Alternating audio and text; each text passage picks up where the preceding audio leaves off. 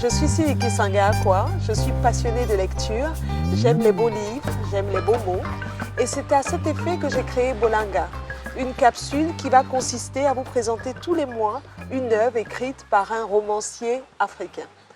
Et pour m'aider dans cette tâche, j'ai fait appel à un auteur que j'aime beaucoup, qui m'a transmis cette passion et qui est ma mère. Bonjour Madame Gosso. Bonjour Siliki.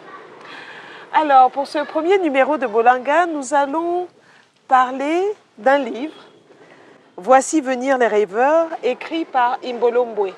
Imbolo Mbwe est une auteure camerounaise, originaire de Limbé, dans le sud-ouest du Cameroun, et qui vit aux États-Unis. C'est l'histoire de Diendé et de Néni, qui sortaient ensemble à Limbé, mais les familles n'étaient pas favorables à cette relation. Et c'est ainsi que Diendé est allé vivre, après invitation de son cousin, qui lui était déjà installé aux États-Unis, est allé vivre, a immigré aux États-Unis, avec pour projet, bien sûr, d'y faire venir sa bien-aimée, qui est leur enfant. Alors après avoir eu des petits boulots, il a eu un poste de chauffeur d'un banquier, d'un riche banquier de Wall Street. Et elle, Néni, de son côté, avait pour rêve de devenir pharmacienne. Donc s'était inscrite en pré-université en quelque sorte et a dû être obligée d'arrêter parce que les moyens ne lui permettaient plus de continuer les cours. Et la crise est arrivée et malheureusement, Diendé a perdu son travail. Donc les conditions sont devenues très difficiles. Néni est tombée enceinte, de ne même pas envisager un petit boulot quelque part. Et c'est ainsi qu'il est devenu plongeur dans un restaurant pour subvenir aux besoins de son épouse. Donc comme vous pouvez l'imaginer, la vie était difficile et en plus il y avait toujours cette épée de Damoclès au-dessus d'eux parce qu'ils n'avaient pas de papier. Et c'est ainsi qu'il a été convoqué par les services d'immigration et qu'il a eu la sentence qui était qu'il devait rentrer dans son pays.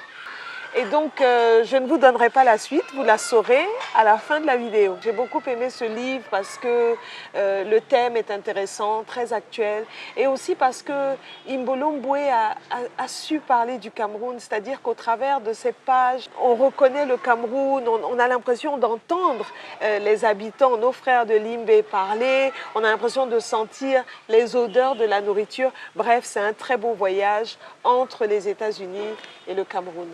Alors et toi, Madame Gosso, comment est-ce que tu as trouvé ce livre? J'ai beaucoup aimé ce livre. J'ai beaucoup aimé et j'ai choisi d'en parler également à cause du thème de l'immigration, à cause de l'accueil que ce livre a reçu lorsqu'il est paru, et troisièmement parce que les personnages ont mis en valeur la culture africaine. J'ai vraiment beaucoup aimé ça. Et comme moi, comme toi également, bon, je sentais les odeurs, je retrouvais les expressions que nous utilisons, même Abi, qui est en fait une expression nigériane. En fait, je me retrouvais en Afrique. Exactement. Je me retrouvais en Afrique. Pour revenir au thème, donc sur l'immigration, c'est un thème très actuel finalement. Qui en fait n'a pas dans son environnement professionnel une personne qui s'est immigrée comme ça vers les pays occidentaux. Et ce qui est très étrange, ou alors du moins ce qu'on constate, c'est qu'aujourd'hui, quel que soit en fait le parcours que cette personne a dans son pays, parce qu'on retrouve des personnes qui travaillent, qui sont censées avoir, ou en tout cas, une bonne situation professionnelle ou familiale, etc., et qui partent. Mais j'ai l'impression que dans le passé, avant, cette immigration se faisait pour une classe sociale particulière. Qu'est-ce que tu en penses? Oui, effectivement. Moi, je pense particulièrement à l'émigration des Africains au sud du Sahara qui s'est passée vers la fin de la colonisation et le début des indépendances. Et cette immigration était une immigration, je dirais, stratégique et ordonnée. Et cette immigration touchait surtout les populations qui habitaient le long du fleuve Sénégal. Et il s'agissait de populations rurales. Oui, en fait, ils arrivaient en France dans le cadre d'un projet de migration temporaire.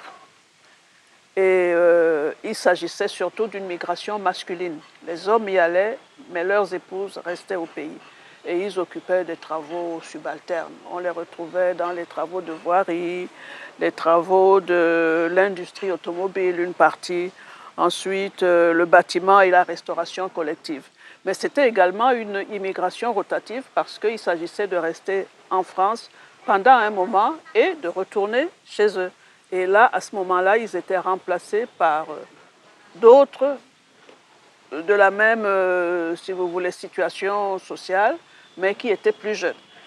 Bon, il est arrivé que la plupart sont rentrés, mais certains ont préféré quand même rester en Europe, en France. C'est pour ça qu'aujourd'hui, nous avons également des enfants qu'on appelle troisième génération d'Africains. Okay. Donc l'émigration c'était quand même quelque chose de plus ordonné. C'est ça. Oui, parce qu'effectivement, aujourd'hui, malheureusement, on se rend compte que, évidemment, ce n'est pas général, mais que c'est une immigration, en fait, un peu à tout prix. Tout à fait. Au risque de leur vie. Ben, moi, je l'ai lu avidement parce que j'étais pressée de savoir ce qui allait se passer.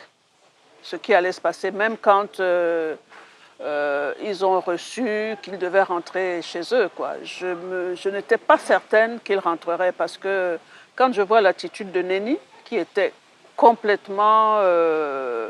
elle ne voulait absolument pas rentrer au Cameroun. Je me disais, tiens, j'avais envie que les pages tournent vite. Et puis après, j'ai été j'ai beaucoup apprécié, j'ai beaucoup aimé l'attitude du mari. L'attitude du mari qui, en fait, s'est demandé, mais au fond, je fais quoi ici?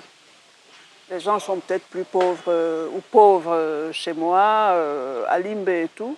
Mais il a commencé, en fait, ce refus de lui donner la carte, c'est la carte verte. Oui, la green card. La green card l'a amené à voir la vie autrement. C'est comme si, en fait, ça a été le déclencheur qui le ramenait à la réalité.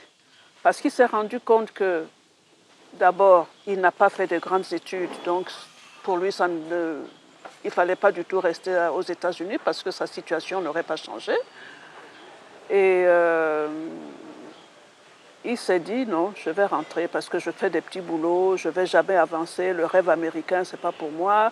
Parce que, étant donné toute la situation de crise qu'il y a, même les Américains, de nationalité américaine, même les étrangers qui ont la green card, il y en a beaucoup qui galèrent. Donc je reste quoi faire ici? Et il a commencé à aimer son pays. Et il a décidé de partir à tout prix, en se disant que non, je suis arrivé ici. Bon, j'ai profité d'un certain nombre de choses. Je ne repars pas comme je suis arrivé. J'ai développé des possibilités qui vont m'amener à vivre autrement chez moi. Exactement. Et c'est vraiment faire preuve de courage. Tout à fait. Parce que quand on voit le couple, il y avait un couple ami à eux, du moins les épouses étaient amies, j'ai oublié, je cherchais le nom de... Je crois que c'est Fatou. Fatou. Fatou, au départ, quand Néni lui annonce que Diendé veut qu'il rentre, rappelle-toi, elle lui a dit quoi, rentrer, mais il faut se battre, vous allez avoir, enfin à un moment donné, vous aurez forcément la green card, etc. C'est ça. Et puis finalement, au fil du temps, plus elle les voyait faire leur bagage, enfin s'apprêter pour le départ, elle a avoué, je ne sais pas si tu te rappelles, elle a avoué qu'en fait, elle aimerait bien, elle aussi, rentrer parce que finalement, elle envoie de l'argent à ses parents, mais à quel prix? Elle ne les voit pas, etc. Et effectivement, moi aussi, j'ai beaucoup aimé cette fin-là où il dépasse le camp dira-t-on. Tout à fait. Ça, c'est un problème qu'on a dans notre société. Il dépasse le camp dira-t-on et il décide de rentrer, il met de l'argent de côté pour pouvoir assurer à leurs enfants, parce que le deuxième était né un certain standing de vie, parce qu'ils se projetaient même d'inscrire les enfants à Limbe dans une grande école confessionnelle.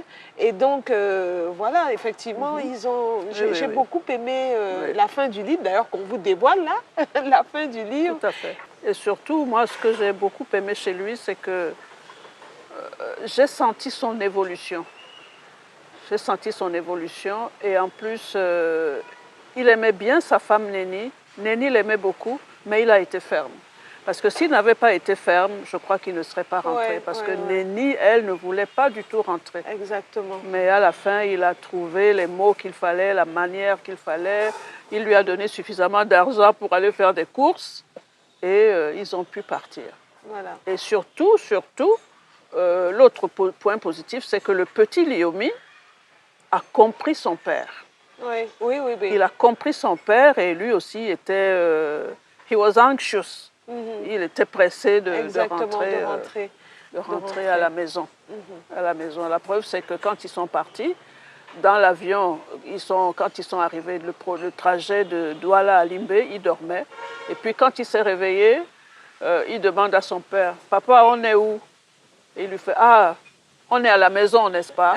Oui, ça voulait tout dire. C'est ça, ça voulait tout dire. Et déjà, on aperçoit l'avenir radieux de cette nouvelle famille qui va mettre en place ce qu'ils ont pu apprendre de leur séjour en Amérique.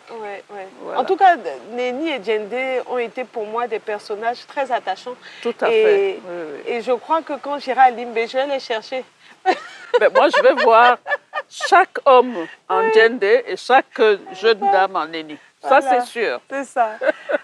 Donc, c'est sur cette belle note que nous allons achever notre premier épisode de Bolanga. Nous vous invitons à lire ce beau livre, cette pépite littéraire, et vous aurez ainsi l'opportunité de découvrir aussi la ville de Limbé. À très bientôt, et puis si vous avez apprécié, n'hésitez pas à appuyer sur j'aime, à partager la vidéo, et on se dit rendez-vous le mois prochain pour un nouveau numéro. Au revoir.